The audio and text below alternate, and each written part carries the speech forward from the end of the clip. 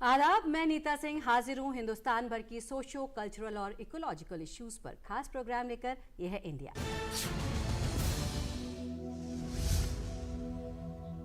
हमारे इस खास प्रोग्राम में आज बात भारत सरकार के फ्लैगशिप प्रोग्राम नमामि गंगे की।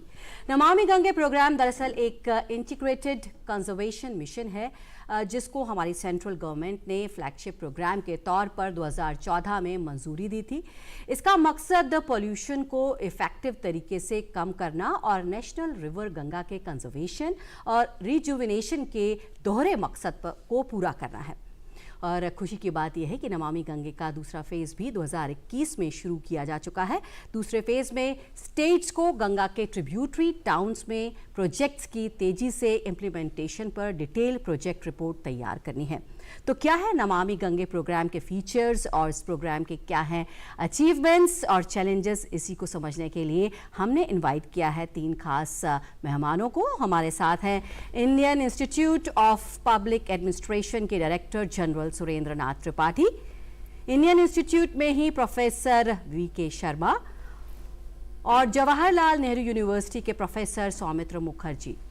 हम आपसे आज नमामि गंगे पर बातचीत करेंगे। सबसे पहले आपसे प्रोफेसर मुखर्जी समझना चाहेंगे, आज हम नमामि गंगे पर बात कर रहे हैं, आखिर ये नमामि गंगे प्रोजेक्ट है क्या? जो सैटेलाइट इमेज से और उसके पहले जो कांस्टेबल एटलस थे, जो ब्रिटिश पीरियड के एटलस थे, आज से करीब 100 साल पहले, उस समय गंगा की क्या संरचना थी और 2010 में गंगा की क्या संरचना थी जी, उसमें काफी हम लोगों ने परिवर्तन देखा कि गंगा अलग अलग जगह पर अलग अलग दिशा में जी कई बार वो अपना गति को परिवर्तन करती है, जिसके वजह से उसकी जो एग्रेडेशनल और डिग्रेडेशनल, जैसे कि एक जगह जो इकट्ठा होती है उसका जो सेडिमेंट जी, वो और एक एक जगह पर उसकी जो है बहाव ज्यादा होती है जी, और वो जो है टेक्टोनिक एक्टिविटीज हिमालय में चलती है।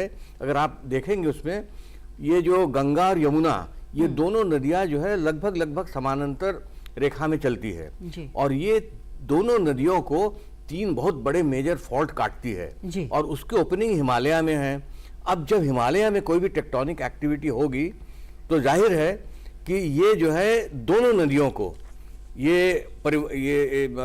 इसमें थोड़ी सी परिवर्तन आएगा और उसकी जो ट्रिब्यूटरीज है उसमें भी परिवर्तन है। ये तो हो गया हमारे प्राकृतिक, और जो हमारे मानव द्वारा जो परिवर्तन हो रहा है वो हो रहा है कल कारखाने, हमारे औद्योगिक विकास, क्योंकि जो ब्रिटिश पीरियड के समय से ही जो भारत का जो औद्योगिक विकास हुआ था वो नदियों के किनारे हुआ था, जबकि पहले नदियों के किनारे मंदिर हुआ करते थे।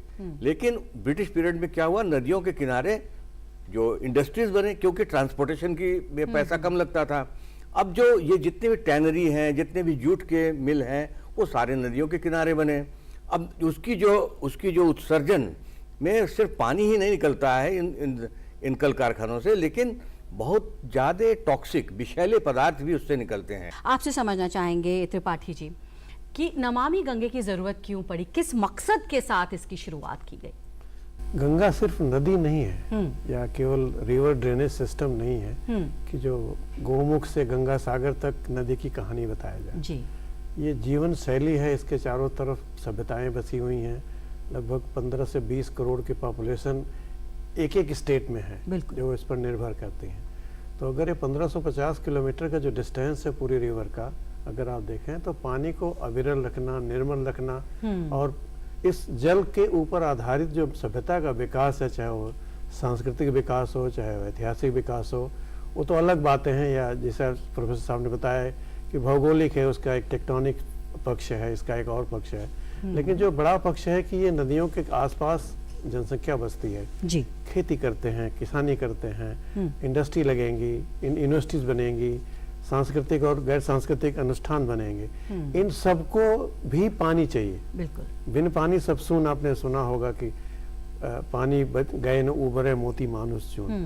तो अगर इतनी बड़ी नदी और इतने बड़े जल स्रोत हमारे पास है तो उसको हम प्रदूषित करें, उस पर आधारित जनसंख्या को हम खतरे में डालें और उस पर आधारित जो आर्थिक या सांस्कृतिक विकास है उस सबको हम अगर खतरे में डालें, तो इसी को देखते हुए हमने कोशिश किया है कि हम नदी के सर्वांगीण विकास के लिए प्रयास करें जी। दूसरा है कि जब नदी का विकास होगा, नदी का पानी अविरल और निर्मल होगा, तो उसका इंटरवेंशन खाली साइंटिफिक ही नहीं होगा। जैसे प्रोफेसर ने बताया कि उसका आर्सेनिक वैल्यू, पीएच वैल्यू, ये वैल्यू, वो वैल्यू, इसको जनता नहीं समझ पाती है। लेकिन जनता को अगर समझाया जाए लोगों को कि ये करने से गंगा और निर्मल रहेगी, जिसमें हम IIPA को देखते हैं और नमामि गंगे को हम इसलिए साधुवाद देते हैं इस प्रोजेक्ट को कि फेज 1, फेज 2 में it was seen as a engineering project, कि घाट बना दो या STP बना दो, उससे काम समाधान हो जाएगा।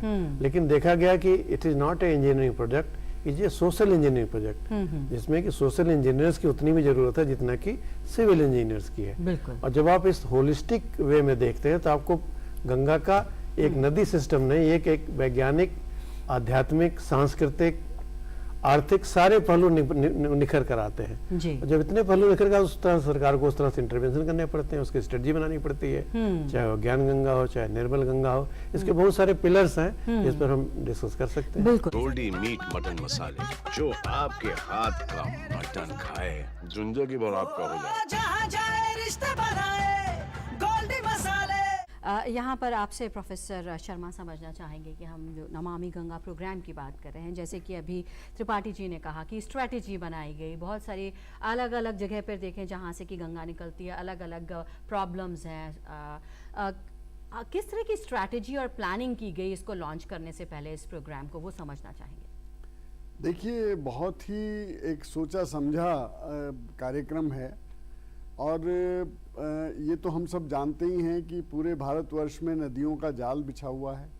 हम लोग बहुत सौभाग्यशाली हैं कि हमारे यहाँ करीब 14 नदियों का जो है रिवर बेसिन है, और गंगा रिवर बेसिन एक बहुत इम्पॉर्टेंट इसलिए भी है, जैसे कि त्रिपाठी सर ने बताया कि एक बहुत घनी आबादी, करीब 43% इस देश की आबादी पूरी तरह से गंगा बेसिन के ऊपर निर्भर करती है।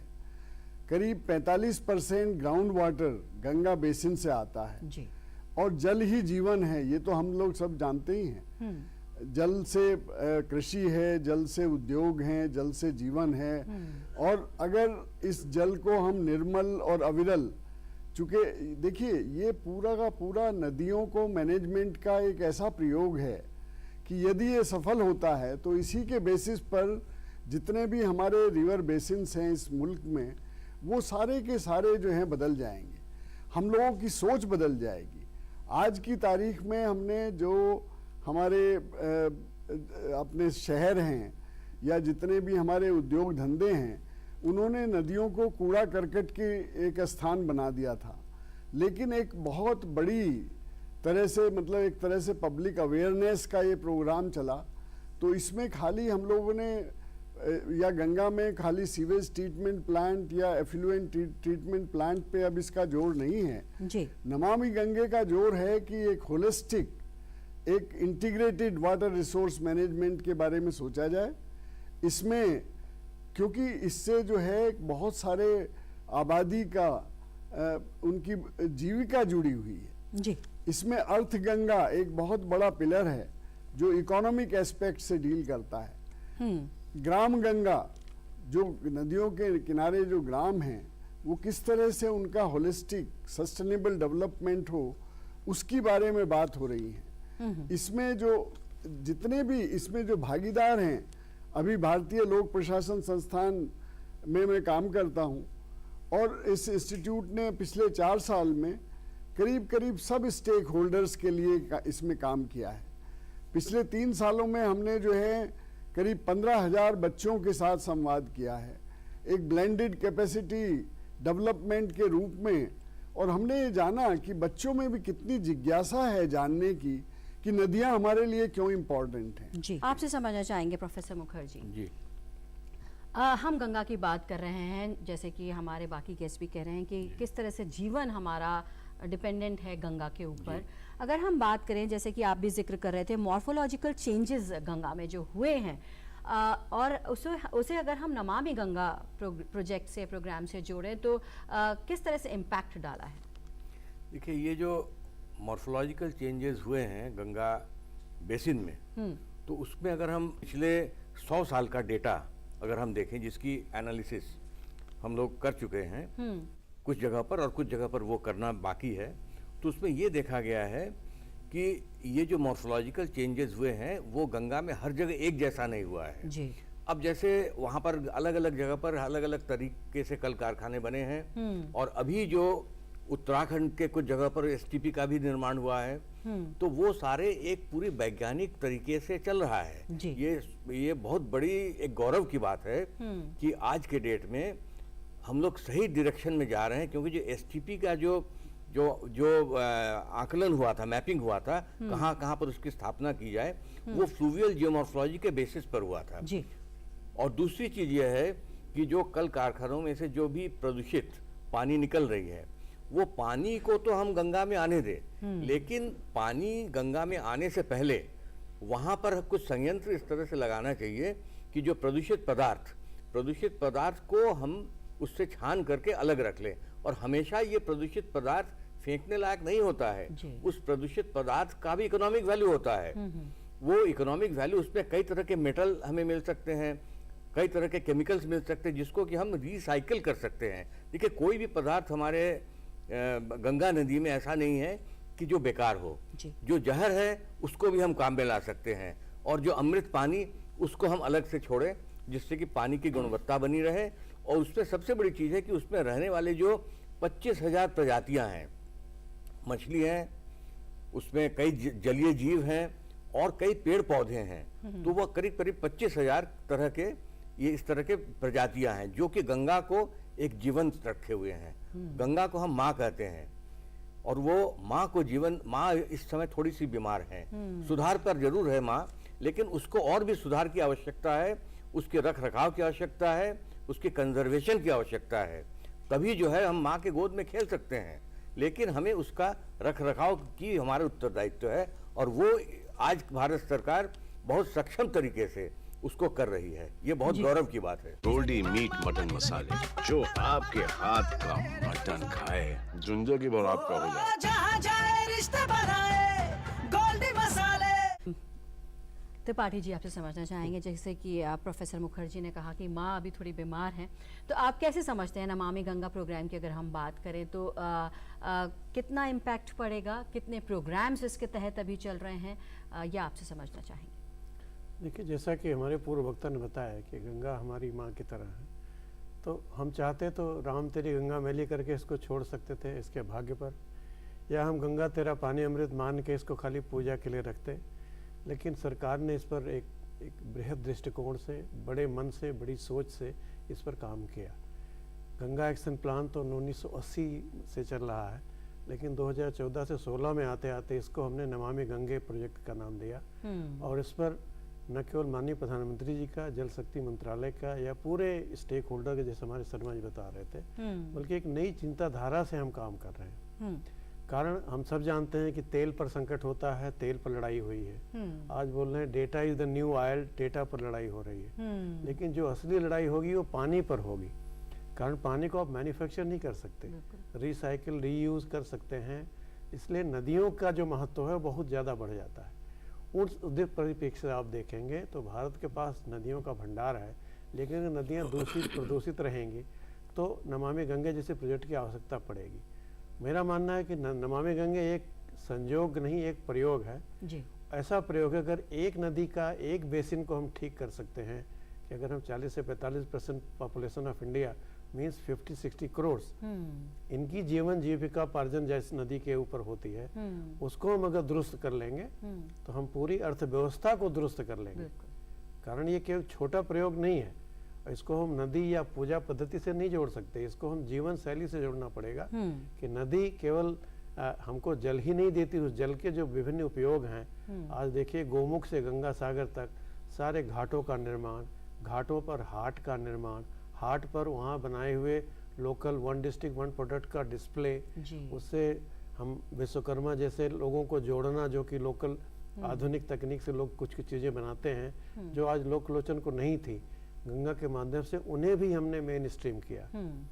जो साधु संतों की बात करें, जो भी लोग गंगा कल्याण के लिए काम करते हैं, रिवर बेसिन इंप्रूवमेंट के लिए काम कर रहे हैं, चाहे वैज्ञानिक हो, चाहे NGO हो, चाहे सरकारें हो, चाहे अर्बन लोकल बॉडीज हो, पंचायत हो, सबका इसमें स्टेक है जी। और अगर सबका साथ रहता है तभी सबका विकास होता है। जहाँ सबका साथ सबका प्रयास रहेगा वहाँ सबका विश्वास भी रहेगा। और नमामि गंगे जैसे प्रोजेक्ट में हमारा मानना है कि जो फेज 2 हुआ है इसमें और भी बड़ा परिवर्तन लाया गया है जी।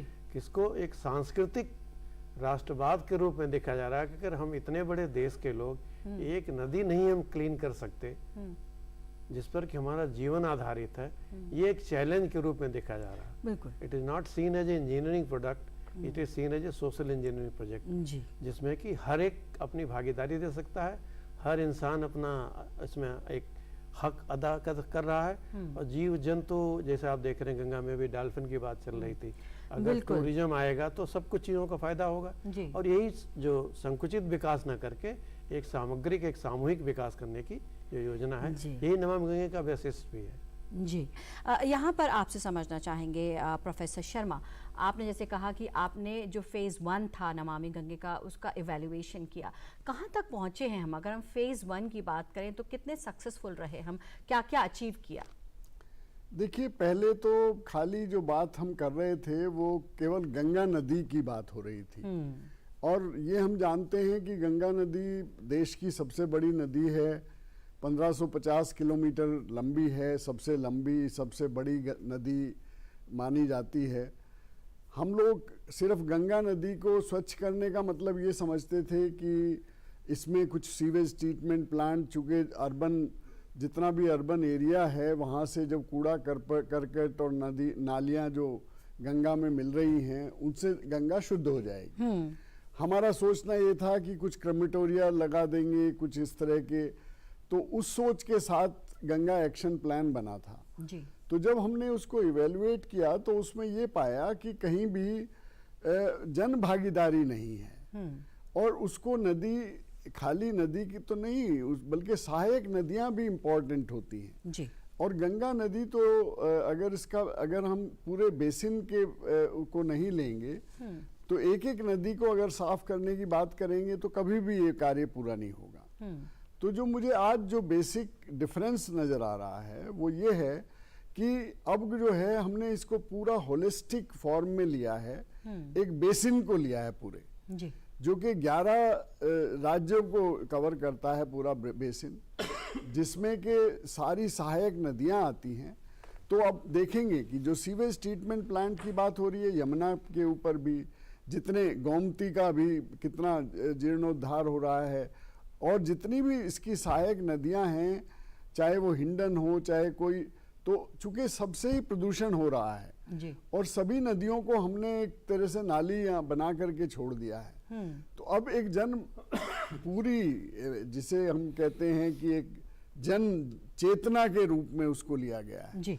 और हर आदमी को इसके साथ जोड़ा जा रहा है, हर इंस्टीट्यूशन को। आप अभी हमारे मुखर्जी सर बोल रहे थे कि IITs का कंसोर्शियम, बिल्कुल ठीक है। IITs जो हमारे देश के इतने टेक्नोलॉजी के हिसाब से बहुत इम्पोर्टेंट है, उसी के साथ साथ wild life institution, Indian institute of public administration, जितने भी इस तरह के इंस्टीट्यूशंस हैं सबको इन्वॉल्व किया गया जी। NGOs को इन्वॉल्व किया गया है बहुत। और जितने भी हमारे जो साधु संत हैं, जितने भी हमारे इस तरह के गंगा के किनारे जितने इतने इम्पोर्टेंट इंस्टीट्यूशंस है, परमार्थ निकेतन है, जो गायत्री परिवार है, इससे शांति कुंज मतलब कोई भी ऐसा संस्था नहीं है जिसका कि गंगा में विश्वास हो और उसको ना जोड़ा गया।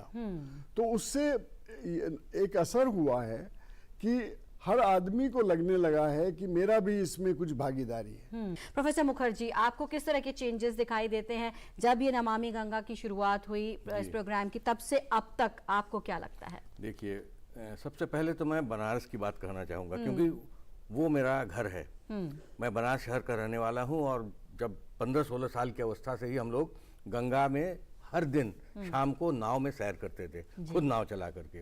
और हम लोग उस समय तब तक सैर करते थे जब तक शाम के वक्त तक पानी में से एक काले रंग का जानवर निकल करके ऐसे नहीं देखता रहता था। हम लोग उसको बचपन में कहते थे जलबुड़वा, असल में वो है डॉल्फिन, शुशुक कहते हैं जिसको लोकल भाषा में। जी। तो हम लोग उसको डर जाते थे कि अब चलो घर चलते हैं, वो जलबुढ़वा निकल आया। हाँ। तो बहुत साल बाद इस बार फिर मैं 15 से 17 नवंबर तक मैं बनारस में रहा।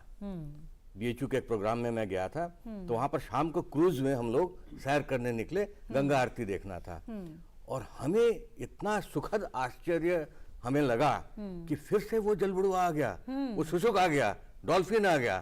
तो हमें लग रहा है कि वो डॉल्फिन जो है एक तरह से ये इंडिकेटर है कि गंगा का पानी की गुणवत्ता में सुधार हो रहा है। न सिर्फ शुशुक, न सिर्फ डॉल्फिन, कितने ऐसे प्रजाति हैं जैसे इंडियन कार्प जो एक मछली की प्रजाति है, वो धीरे धीरे खत्म होती जा रही थी, जिसके जगह चाइनीज कार्प लेती जा रही थी। अब चाइनीज कार्प क्यों लेती जा रही थी? क्योंकि पानी की जो गुणवत्ता थी, शुद्ध पानी गंगा की, उसमें इंडियन कार्प रह सकती थी। लेकिन जब पानी की गुणवत्ता कम होने लगी तो वो कार्प जो है खत्म होने लगी।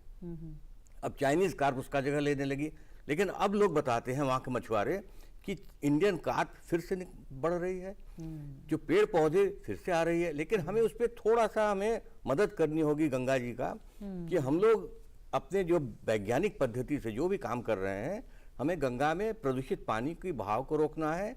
और जो गंगा किनारे का जो आर्किटेक्चरल प्लानिंग है, उसको फ्लूवियल जियोमॉर्फोलॉजी के हिसाब से हमें रिस्टोर करना है, कि जहाँ गंगा का कटाव कम हो रहा है, कहाँ गंगा का कटाव ज़्यादा हो रहा है, कहाँ पानी को हमें बहाव की ज़्यादा देने की ज़रूरत है, कहाँ कम बहाव देने की ज़रूरत है, उस हिसाब से हमें प्लानिंग करनी होगी। जैसे कॉयर वगैरह से वहाँ पर रोकते हैं। फिर आपके कुछ जो है पौधों का वानिकी करते हैं, जो नदी के किनारे के जो पौधे हैं वो कम होते जा रहे हैं। अगर वो ज़्यादा हो जाएगा तो उसमें छोटे छोटे वो प्रजातियाँ बनती रहती हैं। जो मिट्टी है, मिट्टी में कुछ प्रजातियाँ बनती रहती हैं, तो उनको अगर हम संरक्षण करेंगे तो मछली उसको खा करके जिंदा रहेगी, मछली उसको खा करके जिंदा रहेगी। फिर हम टॉर्टॉइस को, जैसे कछुआ को छोड़ सकते हैं। अभी तो गंगा में एक चीज़ और अच्छी चीज़ देखने में आई है कि पहले हम लोग जाते थे तो हमें डर लगता था शाम को कि मुर्दे बहते हुए चले जा रहे हैं। अब वो चीज़ बिल्कुल खत्म हो गया है जी। वो चीज खत्म हो गया। पहले होती थी कि वो टॉर्टॉइस को छोड़ देते थे, वो टॉर्टॉइस मुर्दे को खा जाती थी, लेकिन उस टॉर्टॉइस का भी लोग शिकार करके खाने लगे। अब उन चीजों पर जो लोगों में जन जागरण हुआ है, लोगों अब जो है शाम को मैं देखता हूँ कि बनारस और दूसरे शहरों में भी, जैसे गांव में भी जो बच्चे हैं वो नदी के किनारे किनारे बैठे रहते हैं। कोई भी नदी को अगर छेड़ता है तो वो जो है डंडा लेकर के खड़े हो जाते कि नहीं, मत करो ये काम। तो ये जो जन जागरण हुआ है, इससे गंगा अवश्य सुधरेगी। बिल्कुल। यहाँ पर आपसे समझना चाहेंगे त्रिपाठी जी कि लोगों की अवेयरनेस लोगों में आई है कि हम भी इसमें कुछ कंट्रीब्यूट कर सकते हैं, गंगा को साफ रखना हमारी भी जिम्मेदारी है। साथ में एनवायरमेंटल इकोलॉजिकल चेंजेस हुए हैं, पानी बेहतर हुआ है, क्वालिटी पानी की बेहतर हुई है। ऑन ग्राउंड आप और आपकी टीम काम कर रहे हैं। किस तरह के चेंजेस नमामि गंगा प्रोग्राम 2014 में शुरू हुआ, अब तक किस तरह के चेंजेस, तब्दीलियां आपको दिखाई दी? नमामि गंगे में आज तक लगभग 400 प्रोजेक्ट, लगभग 30,000 करोड़ से ऊपर की आर्थिक इन्वेस्टमेंट इसमें हुआ है। तो STP हो, जहाँ हार्डवेयर चाहिए वहाँ हार्डवेयर की ज़रूरत है, कारण उसको हम खाली जन जागरण से सृष्टि नहीं कर सकते। अगर कानपुर की टैनरीज का वाटर गंगा में मिलेगा तो उसको खाली सचेतनता से हम दूर नहीं कर सकते, वहाँ एक हार्डकोर इंटरवेंशन चाहिए जी। और सुखद बात है कि जहाँ हार्डकोर इंटरवेंशन चाहिए वहाँ हार्ड इंटरवेंशन हो रहा है, चाहे STP निर्माण हो, चाहे मुर्दा जो कह रहे थे जले कटे, या इस तरह से जंतुओं के, पशुओं के या मनुष्यों के भी शरीर को आस्था के नाम पर या किसी और के नाम पर गंगा में बहा देना, ये सब खत्म हुआ, काम खत्म हुआ है। और जो घाट का निर्माण हो रहा, जब जनता जाएगी, जब वहाँ मार्केट लगेगा, जिसे आप गंगा आरती आप देखे बनारस जाएं, एक अद्भुत संयोग है कि वहाँ लगभग 50 या 60 हजार लोग रोज शाम को बैठते हैं गंगा आरती देखने के लिए। ये केवल मनोरंजन का ही विषय नहीं, कितने लोग रोजगार मिल रहा है, इतने लोग गंगा के प्रति आस्था अपनी व्यक्त कर रहे हैं, इतने लोग गंगा एक नदी, हम गंगा को एक नदी के रूप में न लें, हम जल के रूप में लें, कि जल के प्रति आस्था, जल ही जीवन है। अगर जल के प्रति आस्था बढ़ रही है, चाहे धार्मिक नाम पे हो, चाहे सांस्कृतिक नाम पे हो, चाहे वैज्ञानिक नाम पे हो, चाहे किसी और ग्राउंड पर हो, तो अगर सब लोग मिलकर हम एक नदी का विकास कर सकते हैं तो सारे लोग मिलकर अपनी सारी नदियों का विकास कर सकते हैं और हम एक वो बोलते हैं ना कि वाटर सरप्लस नेशन के रूप में विकसित हो सकते हैं। हम 140 करोड़ पॉपुलेशन के देश हैं, हमको कितना अनाज चाहिए, धरती तो नहीं बढ़ रही है जी। प्रोडक्टिविटी ऑफ सॉइल बढ़ाना पड़ेगा ताकि हम अपने को अन्य क्षेत्र में अपने आगे बढ़ा सकें। औद्योगिक विकास के लिए हमको पानी की आवश्यकता होगी, चाहे सौर ऊर्जा हो, चाहे जल ऊर्जा हो, चाहे कुछ भी हो। जैसे आपने अभी हमारे पूर्व वक्ता ने बताया कि बहुत सारे जीव जंतु गंगा पर निर्भर हैं, खाली मनुष्य एकमात्र जीव नहीं है जिसकी एक मोनोपोली है। तो अगर गोमुख से गंगा सागर तक हम पूरे इकोसिस्टम की बात करें तो सबका इसमें स्टेक है बिल्कुल, और हर एक आदमी भागीदार है, हर एक आदमी अंशीदार है और हर एक का योगदान होना जरूरी है जी। अगर सबका योगदान नहीं रहेगा तो हर एक आदमी अपना साक्षी भाव से बैठा रहेगा, सब सरकारें करेंगी या स्टेट गवर्नमेंट हो या सेंट्रल गवर्नमेंट हो, वो प्रोजेक्ट कभी सफल नहीं होते हैं। बिल्कुल। और इतना बड़ा भगीरथ प्रयास बिना जन सहयोग के संभव नहीं है जी। और हमें गर्व है कि माननीय प्रधानमंत्री जी और जल शक्ति मंत्रालय ने इस पर जितना बड़ा काम किया है हार्डवेयर लगाने में, उतना ही बड़ा प्रयास किया है सॉफ्टवेयर के एरिया में जी। जिसमें कि जिसे बताया बच्चों को जागरूक करने की।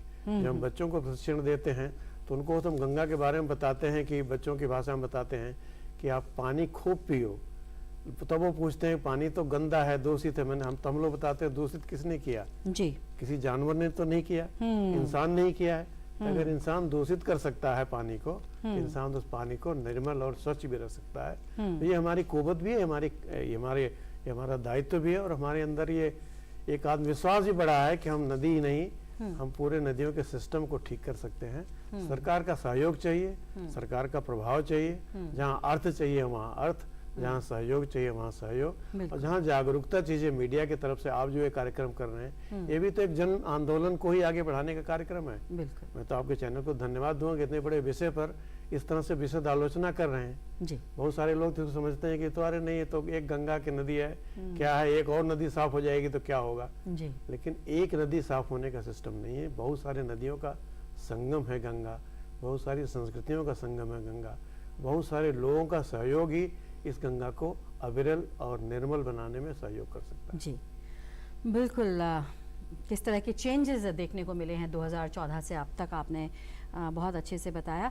प्रोफेसर शर्मा, आपसे समझना चाहेंगे, आपने कहा जब 2014 में इस प्रोजेक्ट की शुरुआत हुई थी तब ये एम था कि गंगा को पॉल्यूशन फ्री करना है, साफ सफाई उसकी करनी है, लेकिन अब हम देख रहे हैं कि इसका एस्पेक्ट बढ़ गया है। इसमें ये इंक्लूड करता है टूरिज्म को, ये इंक्लूड करता है इकॉनमी को, ये और तमाम चीज़ें, फार्मर्स के भी बेनिफिट्स को देखता है। तो अब जब ये नमामि गंगा का दूसरा फेज शुरू हो रहा है, इसकी प्लानिंग क्या है और क्या क्या देखने को मिलेगा? देखिए, आपने बिल्कुल ठीक कहा कि अर्थ गंगा जो है एक बहुत बड़ा पिलर है और जब तक हम इकोनॉमिक एक्टिविटीज़ को नहीं जोड़ेंगे तब तक इसकी सस्टेनेबिलिटी पे सवाल उठते रहेंगे। जैसे कि फार्मर्स को जो हम ये कहते हैं कि 50 किलोमीटर या 10 किलोमीटर या जितना भी हिस्सा है उसमें ऑर्गेनिक फार्मिंग करिए, तो उसके फ़ायदे भी उन्हें बताते हैं। जब हम हाट की बात करते हैं तो ये भी कहते हैं कि भाई आपकी जो प्रोडक्ट है वो यहाँ पे बिकेगी। जो ऑर्गेनिक फार्मिंग करते हैं फार्मर्स, तो उनको ये पता है कि हमारी जो वैल्यू है उसकी बहुत वैल्यू एडिशन होती है और वही चीज़ जो है हमारी 10 गुने दाम पे हमको मिलती है, तो उससे वो प्रोत्साहित होते हैं जी। तो खाली उसमें यही नहीं कि भाई आप गंगा को सुरक्षित रखिए, एक उसकी सस्टेनेबिलिटी की बात हो रही है।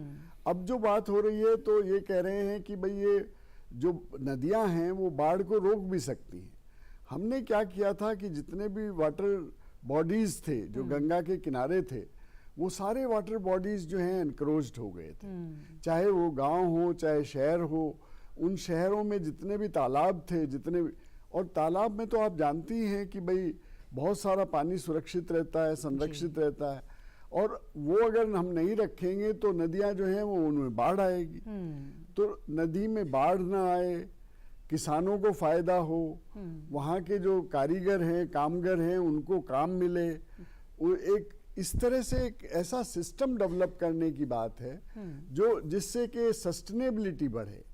और पानी को, चूंकि अब देखिए जलवायु परिवर्तन की हम जब बात करते हैं तो सबसे मुख्य जो चीज़ आती है वो पानी की कमी नज़र आती है जी। और हमारा जो गंगा यमुना का जो पठार है जो सबसे उपजाऊ है, तो वहाँ पे हम कृषि जो है बहुत बड़ी भूमिका हमारे जीडीपी में अदा करती है। तो एक हम ये देख रहे हैं कि जो लोगों का जो रुझाव इधर बढ़ा है उसका कारण एक ये भी है कि उनकी आर्थिक दशा, उनके आर्थिक पहलुओं को भी इसमें लिया गया है। जलज जो नाम की जो जलज का मतलब है कि जो प्रोडक्ट्स हैं, जितनी भी प्रोडक्ट्स हमारे इन जिलों में होती हैं, इन 5 राज्यों में जहाँ से गंगा निकलती है, उन सब का प्रोडक्ट जो है हम एक माध्यम से, एक जलज के माध्यम से उसकी बिक्री हो, उनकी इकोनॉमी सुधरे, तो किसानों की भी इसमें आय भी बढ़ेगी, कामगारों को काम मिलेगा और गंगा का जो हम कहते हैं ना संपूर्ण विकास की जब बात होती है, नदी का जो कंप्लीट, तो ये रिवर मैनेजमेंट की बात हो रही है। हम नदियों का मैनेजमेंट चाहती है सरकार, वो खाली गंगा को तो एक बहाना है जी। पूरे देश की नदियों को सुरक्षित रखना है, पूरे जल जिसे कहना चाहिए वाटर कंजर्वेशन का एक बहुत बड़ा तजुर्बा इस देश में हो रहा है। यहाँ पर आपसे समझना चाहेंगे प्रोफेसर मुखर्जी कि जैसे कि अभी त्रिपाठी जी भी ने भी कहा कि 40 से 45% आबादी जो है गंगा पर डिपेंडेंट है। इतना आसान नहीं है जो करने की कोशिश की जा रही है नमामि गंगा प्रोग्राम के थ्रू। हालांकि उस तरफ चल चुके हैं, कदम पॉजिटिव बढ़ चुके हैं। किस तरह के चैलेंजेस आपको दिखाई देते हैं, क्योंकि एनवायरमेंटल चेंजेस की भी हम बात करें तो वो भी एक चैलेंज है। देखिए, इसमें मैं इसके 2 परिप्रेक्ष्य में इसकी एक आकलन करना चाहूँगा। एक तो शुद्ध तरीके से, वैज्ञानिक तरीके से, और एक सामाजिक तरीके से, और जिसको कि हमारे जो माननीय प्रधानमंत्री नरेंद्र मोदी जी के अगुवाई में जो नमामि गंगे का जो प्रोग्राम चल रहा है बहुत अच्छे तरीके से अपनी कदम बढ़ा रही है। तो उस दिशा में आपको मैं 2 चीज़ मैं बताना चाहूँगा। एक तो यह है कि इन्होंने नमामि गंगे ने क्या किया है कि इन्होंने जो ट्रिब्यूटरीज पर भी काम करना शुरू किया है जी। और ट्रिब्यूटरीज में उन्होंने कई प्राइवेट कंपनी को भी वो दिया है, जैसे एक new environment and energy research करके कंपनी है, तो उसमें एक नीर टेक्नोलॉजी उन्होंने डेवलप किया है जी।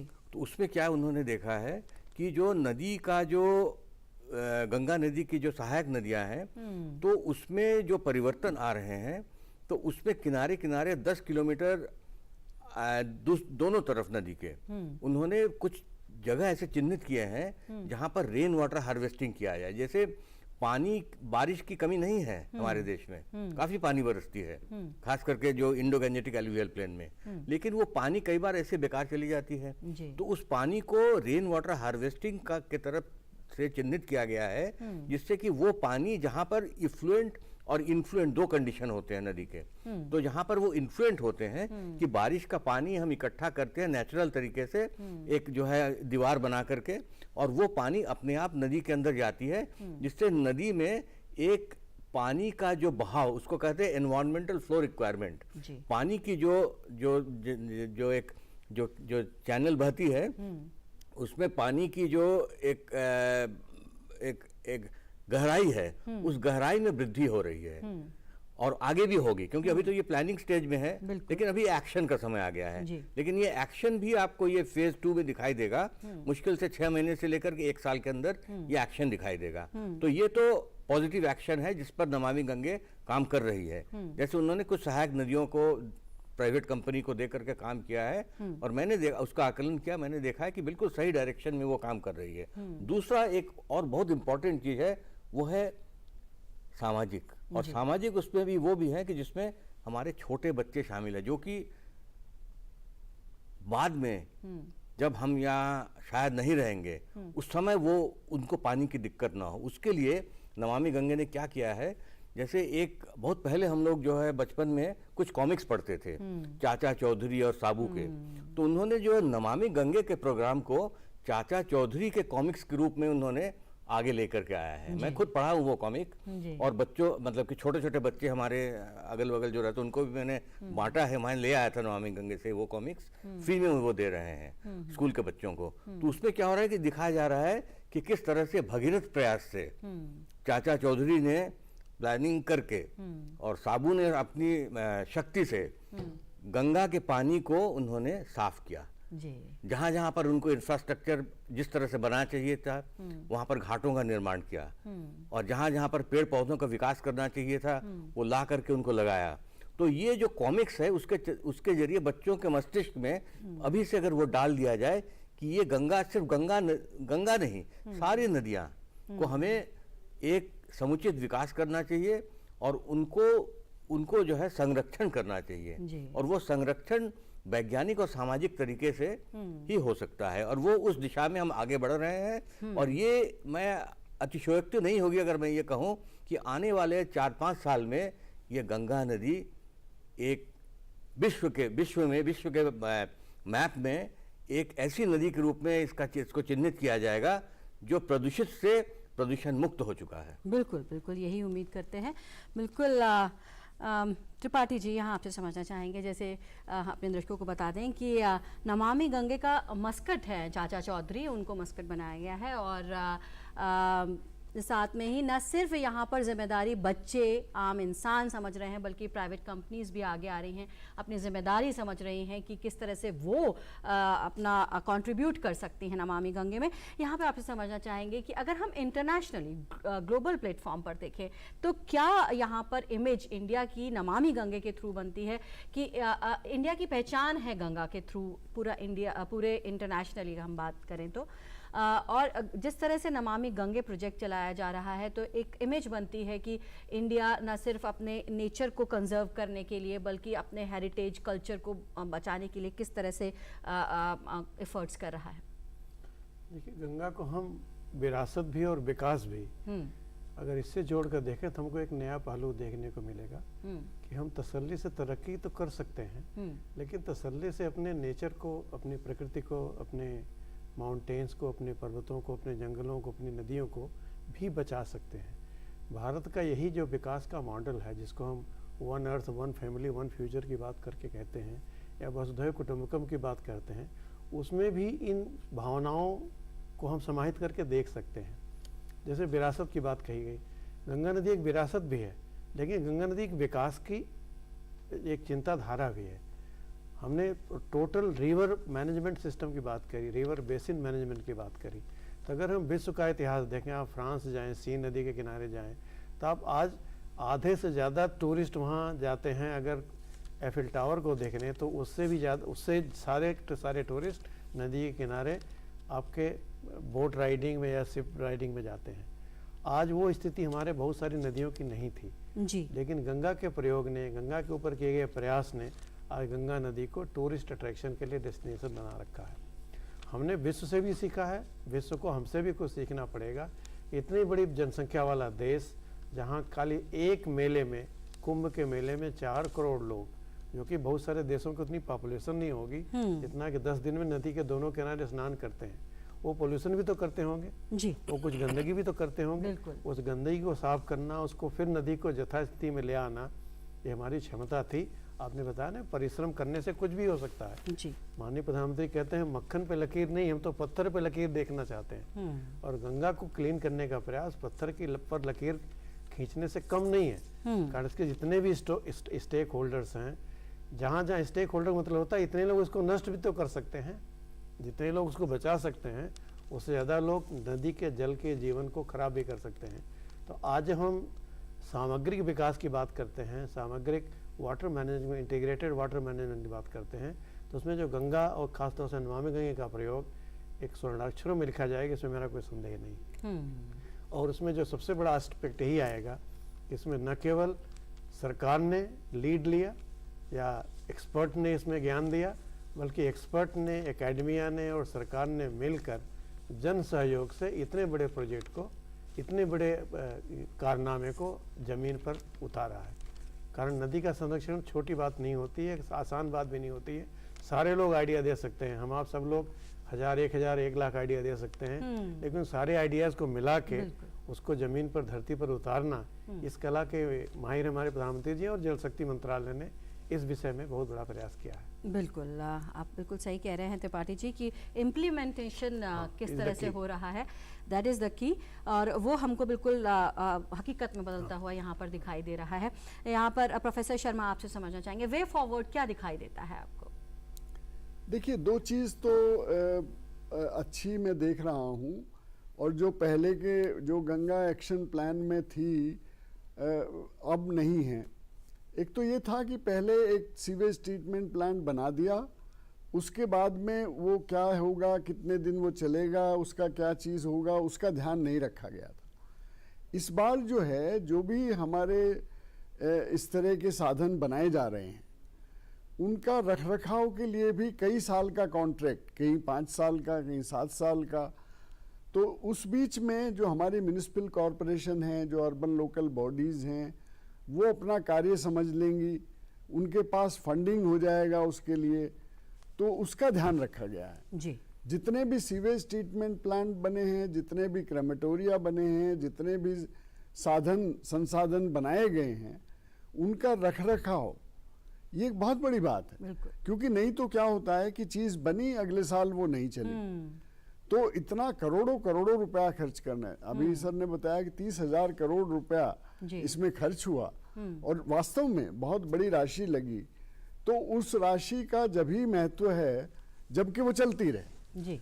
तो ये एक तो ये चीज़ है जो बहुत अच्छी हुई है, जिससे कि मैं समझता हूँ कि जो वो सबसे बड़ा चैलेंज था वो दूर होता है। दूसरी चीज़ क्या है कि अब इनका जो ध्यान है, जो नमामि गंगे जो सोचती है, वो हर स्टेक होल्डर के बारे में। जैसे कि मैं अगर भारतीय लोक प्रशासन संस्थान की बात करूं, तो हमने पिछले 3 सालों में अर्बन लोकल बॉडीज़, जितने हमारे ऋषि मुनि रिलीजियस बॉडीज़ हैं, उनसे बातचीत किया।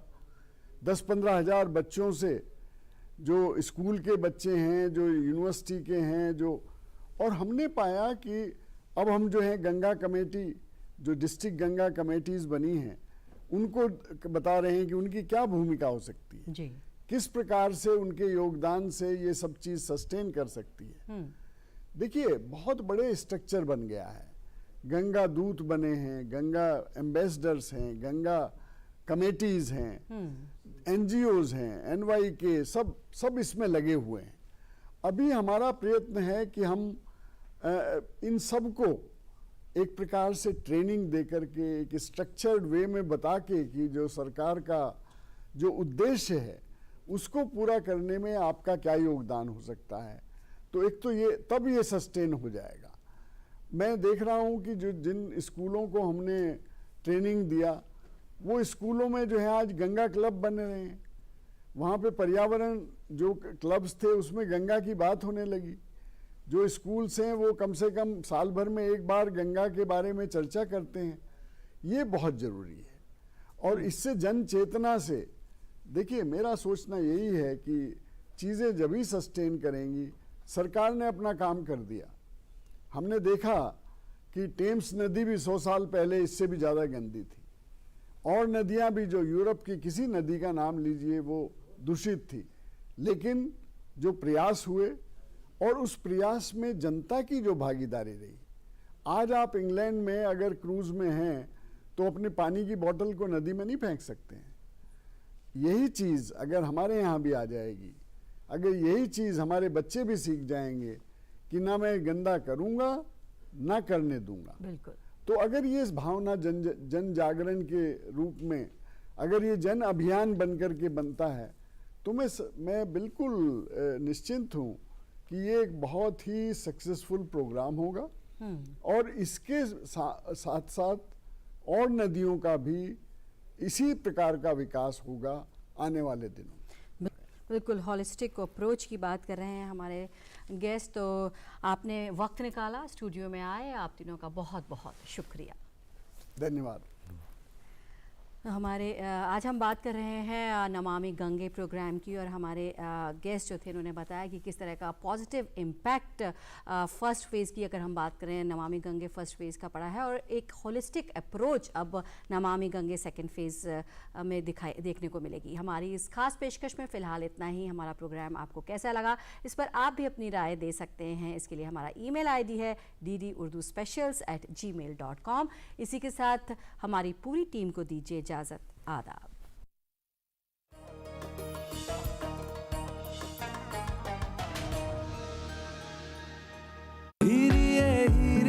Wow, Miss Nautanki.